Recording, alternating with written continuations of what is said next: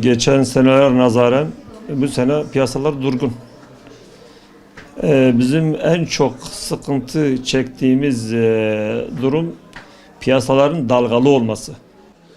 Bir günde altının %2, %3 hatta fiyatının değiştiğini şahit olabiliyoruz. Yani bu konuda biz sıkıntı yaşıyoruz. Müşteriye izah etmekte zorlanıyoruz. Yani bizim en çok sıkıntı yaşadığımız, yani fiyatların yükselmesi hadi neyse. Yalnız fiyatın dalgalı olması bize eziyet çektiriyor. Bunu izah etmekte zorlanıyor müşteriye. Ya işte dün sordum bu kadardı, niye bu kadar diyor adam. Bir ay içinde bazen 5, %6 değişebiliyor. Bu ister istemez olumsuz yansıyor bize yani. Yani hatta gerçi ben bizzat yaşamadım ama kiralayanlar da var yani. Kiralıyor adam altını. Düğünümü ben geçireyim. Çünkü adam ödeyemiyor, ne yapsın ya? Yani duyuyoruz böyle, adam gidiyor altın kiralıyor.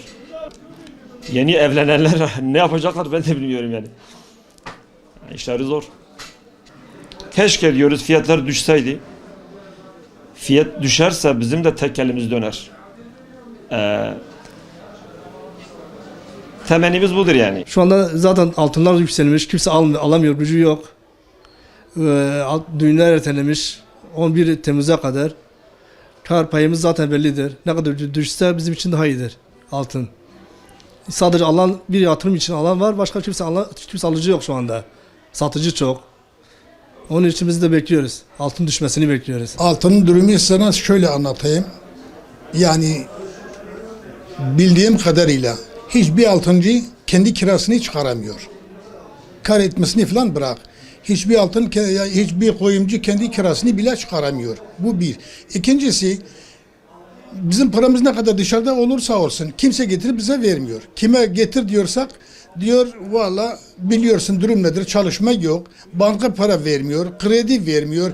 Yani bin bir türlü neden çıkarıyorlar.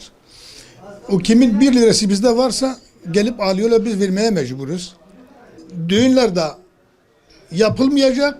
Biz de zor durumdayız. Çünkü paramız yok. Veresiye de verecek gücümüz kalmamıştır. Alan kişi geri vermiyor. Yani biz de zor durumdayız. Bir çeyrek 640 liradır. Yarım 2 mislidir.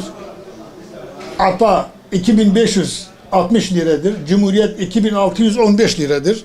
Gram 357 liradır.